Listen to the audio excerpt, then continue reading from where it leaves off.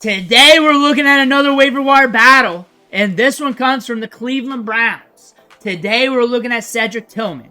We're looking at Jeudy. We're looking at Elijah Moore. We're looking at how we can strategize with these wide receivers. Which one is best for you? Which one do you like the most? Let me know in the comments below. We're going to decide that out right now as we talk about the advanced analytics, the metrics, the situations of these players, of course, Jameis Winston, and everything else. But before we do all this, you need to click that subscribe button right now. We're doing these battles every day. We're doing deep dives every day. We're going deep on the waiver wire almost every day. And if we're not doing that, we're helping you set your lineups with these videos by looking at the matchups. On top of that, Ric Flair's always watching. Don't disappoint him. Click that button. Stop missing out. But we have some players to look at here. Jeudy, the veteran wide receiver, the crafty vet, can create separation on a dime. Cedric Tillman, the deep threat, has good size. He's getting those deep targets. Pairs well with Jameis Winston. Has a little bit of that Mike Evans to his game, but not like a comparison, but that deep play ability downfield and how he fits with Jameis Winston and his psychology to the game mirrors well with that. And then we got Elijah Moore, who gets a lot of snaps in the slot, was very productive out of college, was traded to the Browns from the Jets, and they love him there. Right when he got there, they were moving around all over the place in the offense. Last year, there were some games where he was seeing a 20% target share. Now, since Deshaun Watson is gone, he's getting more work in the offense. The targets are flowing better to the other wide receivers. Amari Cooper's gone. And now we got a party here in Cleveland. And Cedric Tillman has been going off these last 2 weeks. 49, almost 50 fantasy points scored during that time. Back-to-back wide receiver 1 performances. Over 20 targets. Over 100 yards receiving. 2 touchdowns last week. This guy has been going off and has been looking good and has been winning fantasy matchups. Getting those targets downfield, just being electric. Jeudy's getting more work in the offense as well. 8 targets last week, 6 targets the week before.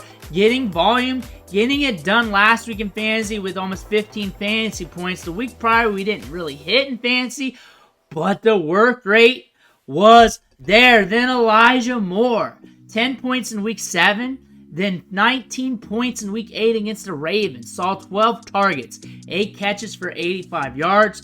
He's used a little bit differently in the offense, but he's getting a lot of volume. He's getting more opportunity, and that's always good at the wide receiver position. That's always good for fantasy football. Cedric Tillman has been hot these last 2 weeks.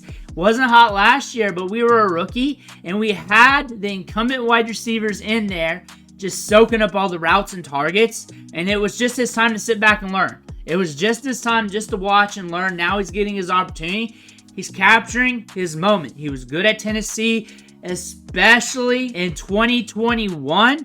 That's when he went off. He had a slew of games where he was just destroying the SEC. Had some injuries during his collegiate career, but this guy's got good ball skills, good size adjusted athleticism, and he kind of fell under the radar in the NFL draft. Jeudy is a former first-round pick from Alabama. A lot of people had high hopes for him, thinking that he was going to be the next stud wide receiver.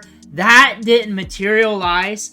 We were traded from the Denver Broncos to the Cleveland Browns, and Browns fans were ecstatic to get a good wide receiver too, and next to Amari Cooper. Amari Cooper's now gone, and now it's time for Jeudy to step it up and become that wide receiver 1 that everybody thought he was going to be when he came out for the draft. He's actually a very solid wide receiver 2 for an NFL team. He's good at creating separation. He's good at breaking off routes. He's very sudden, and this is his moment, his opportunity to connect with Jameis Winston and bring it home. And looking at what he's done this year, it's been okay. It has not been over the moon. 8.6 PPR points per game.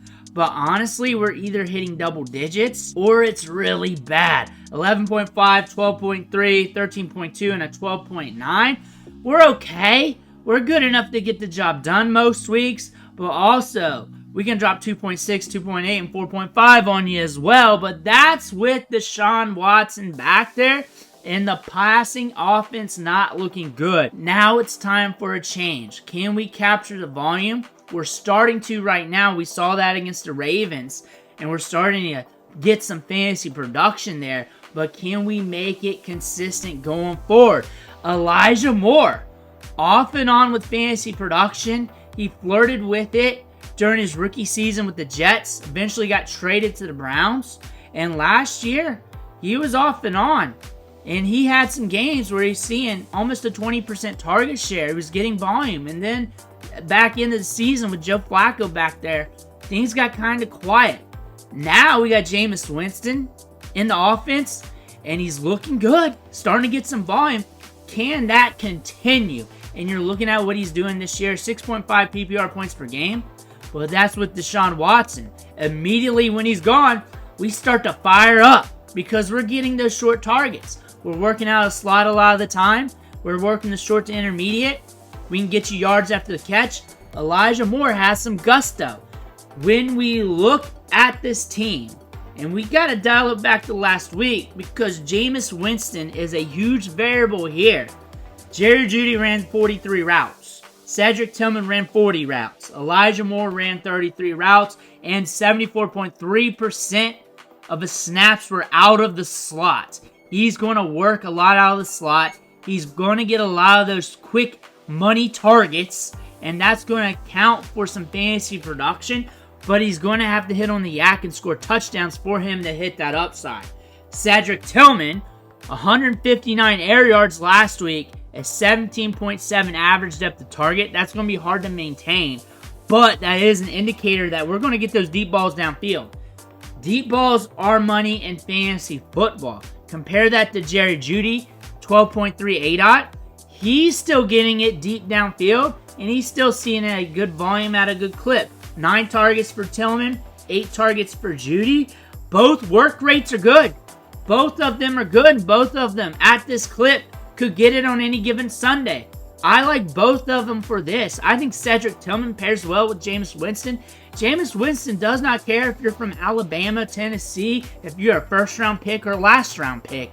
If you're down there deep, he will YOLO it to you. And Cedric Tillman has a lot of opportunity in this offense. And you're looking at the route participation rates. You're looking at all the work rate numbers here. And it's about even Steven. Cedric Tillman catched.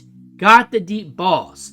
Honestly, I like them both, and if you have either one of them, you're good to go, and you're playing the matchup. Cedric Tillman's the hot piece right now, and if you prefer that, then you're cool with me. If you prefer Jerry Jeudy due to what you saw at Alabama, at Denver, what he does in the short to intermediate game, then you're cool with me. I like them both in this situation, and I want to see it through. I think I'm leaning Cedric Tillman due to recency bias and also the fit with Jameis Winston. I feel like Jameis Winston's deep ball city, and I feel like Cedric Tillman can be the mayor. Elijah Moore, if I'm in a deeper league or if I'm really decimated at wide receiver, I like him a lot because I know he's going to get targets and that could ramp up to something. So if I'm in a 16-team league, Elijah Moore's there. I'm scooping him up and playing the matchups. And Jameis Winston likes to go deep. Look at the ADOTs here. 11.9 this year so far. 12.7 in 2023. 12.0 in 2022. It's deep ball city with him. Most quarterbacks are like 9, 8, 9. Something like that. He likes to sling it deep. And that's okay with me. I like that with my quarterbacks. Amari Cooper, like we said prior in Cedric Tillman's unique video, had an 8 out of 13.2. This team wants to get vertical, and they need a wide receiver that gets vertical, and Cedric Tillman paired well with that going into Week 8. And we saw that in Week 8 with Amari Cooper gone. Deep ball city, getting those attempts, and that pairs well with Jameis Winston, and that is looking good. When I look at the schedule, it ain't too favorable. We got to run Steelers, Broncos, Steelers. Saints defense, those matchups with the Saints are up and down, but that could be tricky. Then you got the Chiefs. So you're looking Steelers, Broncos, Steelers, Chiefs. That's not too sexy. You got the Bengals again. You got the Dolphins. So what are you going to do? These matchups aren't the greatest. But we got some options here in the offense. How are you going to rank these wide receivers? What are you thinking? What are your ranks down below? Right now, recency bias and how they fit with Jameis Winston, Tillman, Jeudy, but in a tier where they're close together. But my recency bias is kind of leaning with Tillman and how he fits with Jameis Winston. I like Elijah Moore due to his situation and due to whatever situation I'm in for fantasy football. Meaning, if I'm in a deeper league, if I'm decimated at wide receiver and there's no wide receiver sitting there that's getting a 20+% target share, which there should be maybe one or two usually right now. If not, I might take a chance on him. I might not, because there's some other options there. And I also rather stash running back. If I gotta stash a position, it's always going to be running back, because if injuries hit and that running back's the next man up, I can forecast the touches going his way. And even if he's not the greatest running back, he could luck into fantasy production due to volume. Where wide receivers, if injuries happen, the ball sprays around a little bit. The offense changes a little bit. It's not always one for one the same. I like stashing running backs. That's part of the strategy for me. Let me know who you're rocking in the comments below. Should have hit that subscribe button right now. I want to thank you for watching. Catch you on the next video.